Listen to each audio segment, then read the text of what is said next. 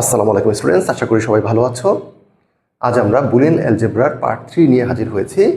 অর্থাৎ আজকে আমরা বেশ কিছু জটিল বুলিয়ান অ্যালজেব্রা সমাধান করব।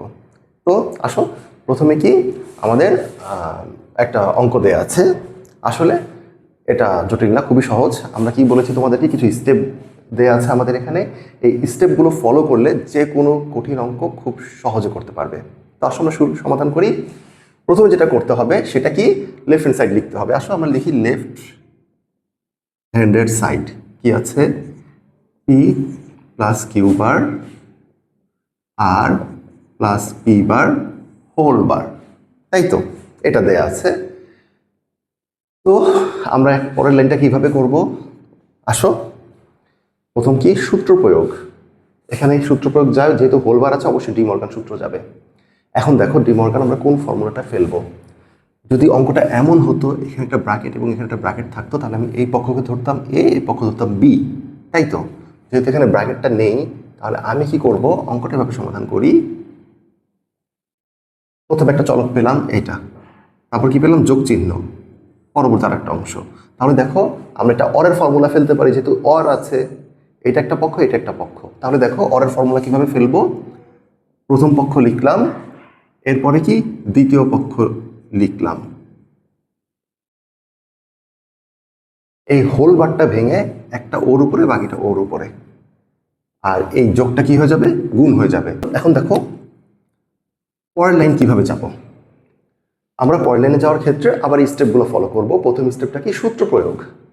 তো সূত্র প্রয়োগের ক্ষেত্রে কি হবে, ফার্স্টে হচ্ছে আমাদের এখানে হোল বার আছে, তাহলে পি বার পি লিখে ফেলি। এটা যেহেতু গুণ, আমরা একটা ফার্স্ট ব্র্যাকেট দিয়ে নিলাম। দেখো এটা আমার প্রথম পক্ষ, এটা আমার দ্বিতীয় পক্ষ, দুই পক্ষের মধ্যে সম্পর্কটা কি, গুণের। গুণের মধ্যে হোল বার, তাই তো? তো আসো, গুণের ক্ষেত্রে যেহেতু হোল বার, আমরা প্রথম পক্ষ লিখলাম কিউ বার, দ্বিতীয় পক্ষ কি লিখলাম, আর প্লাস পি বার লিখলাম। আচ্ছা, এবার এই হোল বারটা ভেঙে একটা প্রথম পক্ষের উপর, একটা দ্বিতীয় পক্ষের উপরে, মাঝখানে চিহ্নটা চেঞ্জ হলো, গুণ ছিল যোগ হয়ে গেল। ঠিক আছে, এটা আমরা সেকেন্ড ব্র্যাকেট দিয়ে লিখতে পারি।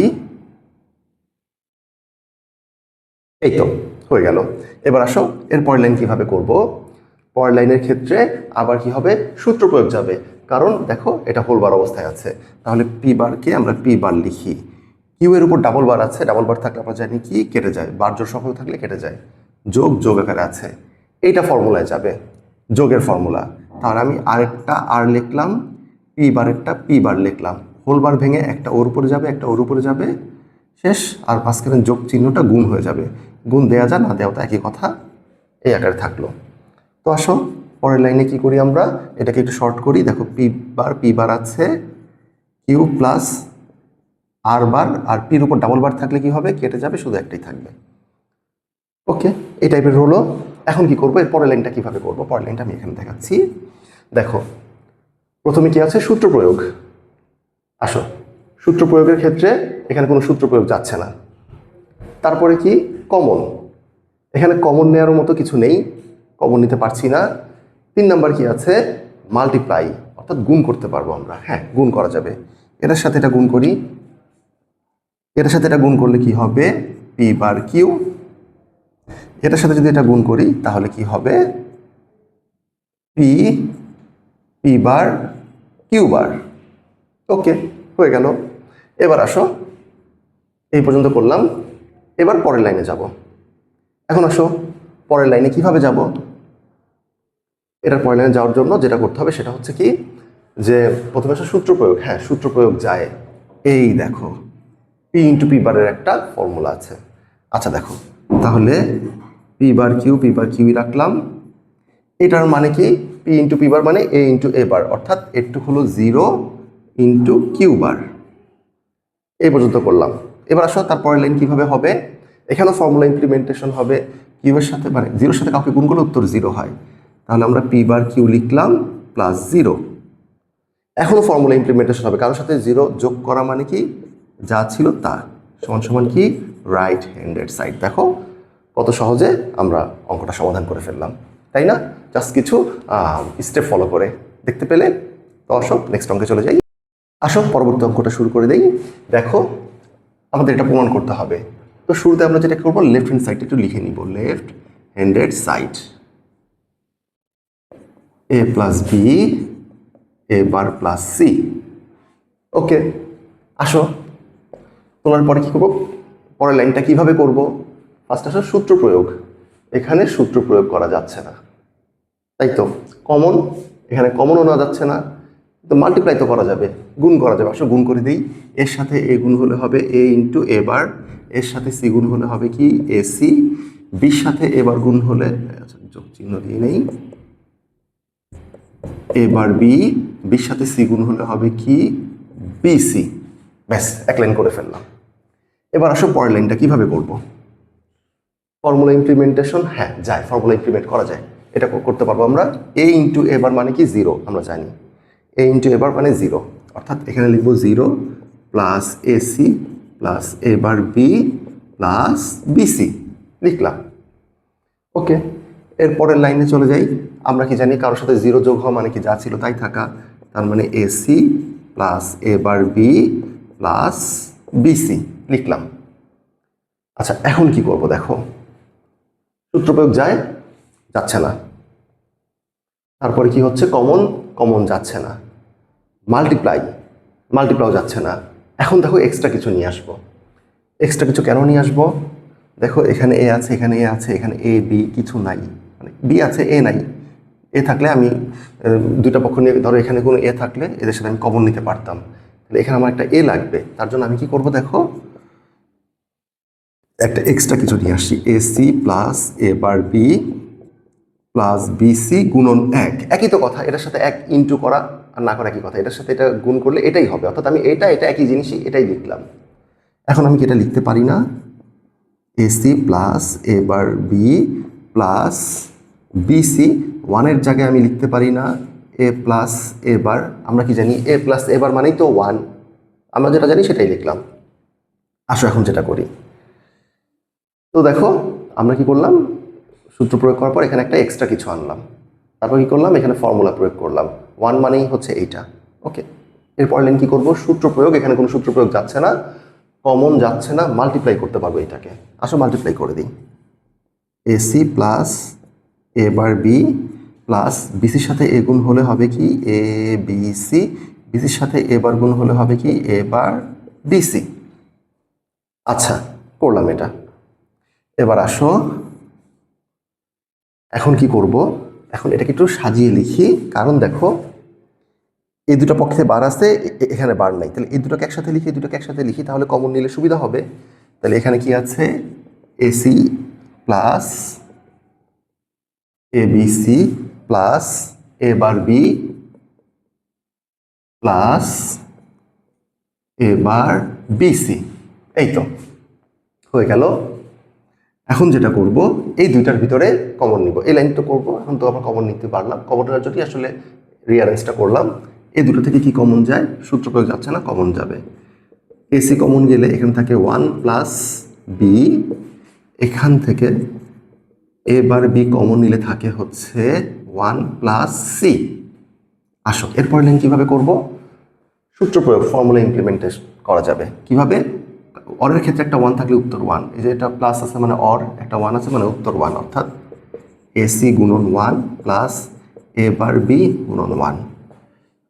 এরপর লাইন কীভাবে করবো, আবারও ফর্মুলা ইমপ্লিমেন্ট করা যাবে কিভাবে, কারোর সাথে ওয়ান গুণ হওয়া মানে উত্তর যা ছিল তা, কারোর সাথে ওয়ান গুণ করা মানে যা ছিল তা, অর্থাৎ এসির সাথে ওয়ান গুণ করলে হবে এসি, এ বার বির সাথে ওয়ান গুণ করলে হবে এ বার বি, এসি প্লাস এ বার বি, দেখো আমাদের উত্তর হয়ে গেল is equal to right handed side. দেখো কত সহজে অঙ্কগুলো করে ফেলতে পারলাম, জাস্ট কিছু স্টেপ ফলো করার মাধ্যমে। ঠিক আছে, তবে আসো নেক্সট অঙ্কে চলে যাই। তো আসো পরবর্তী অঙ্কটা করে ফেলি। আমাদের এই অঙ্কটা দেয়া আছে, প্রথমে কি আমরা লেফট হ্যান্ড সাইডটা লিখে ফেলবো, left handed side P bar Q R plus P Q bar R plus P Q R bar plus P Q R. আচ্ছা দেখো, তো শুরুতে আমরা যেটা করব, আমরা অঙ্কে যেটা দেখতে পাচ্ছি সেটা কি, যে এখানে সূত্র প্রয়োগ যাচ্ছে না, কমন যাচ্ছে, কিন্তু যেই অঙ্কে যে ফর্মেটে আছে এই ফর্মেটে কমন নিলে কি হবে, দেখো এটার সাথে এটার শুধুমাত্র একটা জিনিসই কমন যায় আর, এটার সাথে এটার শুধুমাত্র একটা জিনিস কমন যায় সেটা হচ্ছে কিউ, এটার সাথে এটার দুটা জিনিস কমন যায়, কিউ আর দুইটা কমন যাচ্ছে। অর্থাৎ এটার উপরে কোনো বার নাই বিধায় ওর সাথে সবার বেশি বেশি করে কমন যাচ্ছে। অর্থাৎ দেখো এই জিনিসটা যদি একটা না থেকে আরও দুইটা থাকতো তাহলে সবার সাথে একটা করে কমন নিতে পারতাম। তাহলে আসো এই জিনিসটা কীভাবে আরও কয়েকটা আনা যায়। প্রথমে সূত্র প্রয়োগ যাচ্ছে না, কমন যাচ্ছে না, মাল্টিপ্লাইও যাচ্ছে না, আমরা এক্সট্রা কিছু নিয়ে আসবো। এক্সট্রা কি নিয়ে আসবো দেখো, পরের লাইনে আমরা এই কাজটা করব। দেখো P bar Q R plus P Q bar R plus P Q R bar plus P Q R plus P Q R plus P Q আর। এখন বলবে স্যার এটা তো একটা ছিল, আমি তিনটা কেন লিখলাম? তিনটা এই কারণে লিখলাম, অরের ক্ষেত্রে দুইটা থাকা মানে যা, তিনটা থাকা মানেও তা। অর্থাৎ পি কিউ আর একটা থাকা যা কথা, দুইটা তিনটা চারটা এক থাকা মানে একই কথা, যতগুলোই থাকুক না কেন যোগ করলে একটাই হবে। তবে একটার পরিবর্তে তিনটা লিখলাম, ওকে লিখতেই পারি। এবার আমি যা করব দেখো, প্রত্যেকের সাথে এগুলো একটা করে নিয়ে আসবো, নতুন যেগুলো নিয়ে আসলাম। অর্থাৎ এখানে কি আছে, পি বার কিউ আর, ওখান থেকে একটা পি কিউ আর নিয়ে আসবো, প্লাস পি কিউ বার আর, ওখান থেকে একটা P Q R, plus P Q R bar plus একটা পি কিউ আর। রিঅ্যারেঞ্জ করে লিখলাম, কেন লিখলাম? কমন নেওয়ার জন্য। আসলে এবার কমন নেই, এখান থেকে কি কমন যাচ্ছে, এখান থেকে আমাদের কিউ আর কমন যাচ্ছে। কিউ আর কমন গেলে এখান থেকে কি পি বার প্লাস পি, এখান থেকে আমাদের কমন যাচ্ছে P R. P R common নিলে এখানে থাকে কি কিউ বার প্লাস কিউ, এখান থেকে আমাদের কমন যাচ্ছে P Q R bar plus আর, এগুলো কমন যাচ্ছে। এই পর্যন্ত করলাম। আসো পরের লাইন কীভাবে করব, সূত্র প্রয়োগ এটাই যাচ্ছে। দেখো এ প্লাস এ বার মানে 1, তাহলে পি বার প্লাস পি এটা তো 1, ধরো এ প্লাস এ বার একই তো কথা। অর্থাৎ কিউ আর গুণন 1 প্লাস পি আর,